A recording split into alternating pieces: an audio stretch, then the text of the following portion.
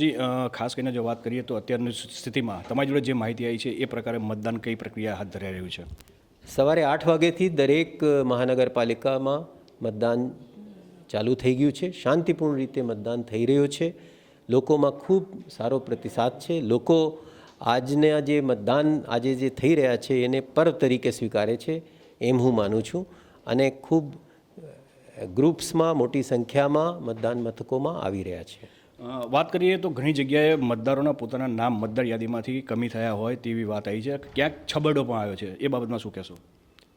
મતદાર યાદી જે તૈયાર કરવામાં આવે છે એ પ્રેસ્ક્રાઇબ્ડ પ્રોસેસ મુજબ મતદાર યાદી તૈયાર કરવામાં આવે છે. જ્યારે મતદાર યાદી ફાઇનલ કરવામાં આવે તે પહેલાં બધાને તક આપવામાં આવે છે કે એમનું જો નામ રહી ગયો હોય તો એ અરજી કરી શકે છે.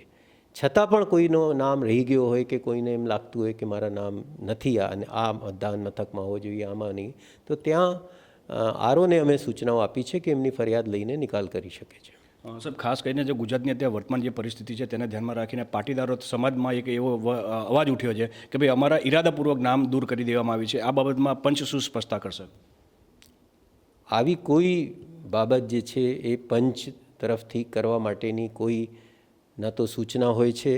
અમે તો દરેક મતદારને નોંધવા માટેની સૂચના હોય છે.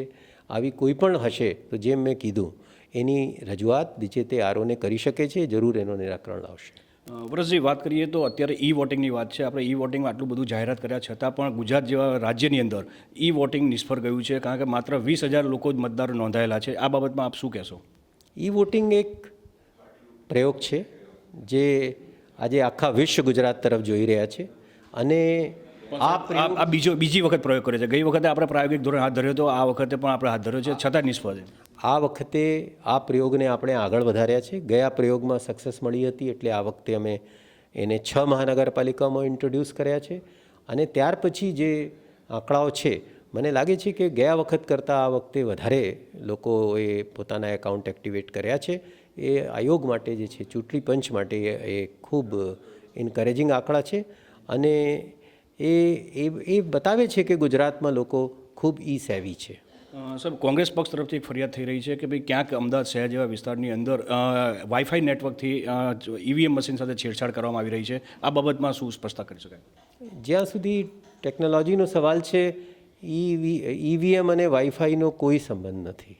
ઈવીએમ જે છે, જે ઇલેક્ટ્રોનિક પ્રોસેસ છે, એ ભારત ઇલેક્ટ્રોનિક લિમિટેડ દ્વારા આ મશીનો બનાવવામાં આવી છે. એને વાઈફાઈ નથી એક્સેસ કરી શકતો. સાહેબ, અત્યાર સુધીમાં જે મતદાનની ટકાવારી જે તમારી જોડે આવી છે એ જોતાં અને ગયા વર્ષને એટલે કે 2010ની અંદર જે ચૂંટણી થઈ હતી એ ટકાવારી જોતાં સાંજે 5 વાગ્યા સુધીમાં આ ટકાવારી ક્યાં સુધી પહોંચે તેવી એક સંભાવના ગણી શકાય? 5 વાગ્યાની રાહ જોઈએ. ટકાવારી ખૂબ ઊંચી જશે એમ હું માનું છું, કેમ કે ઉત્સાહ સારો છે.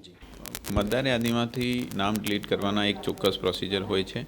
ફોર્મ 7 ભરીને જ એમના નામ ડિલીટ થઈ શકે છે. કોઈપણ રીતે આવું મતદાર યાદીમાં નામ ડિલીટ થતા નથી.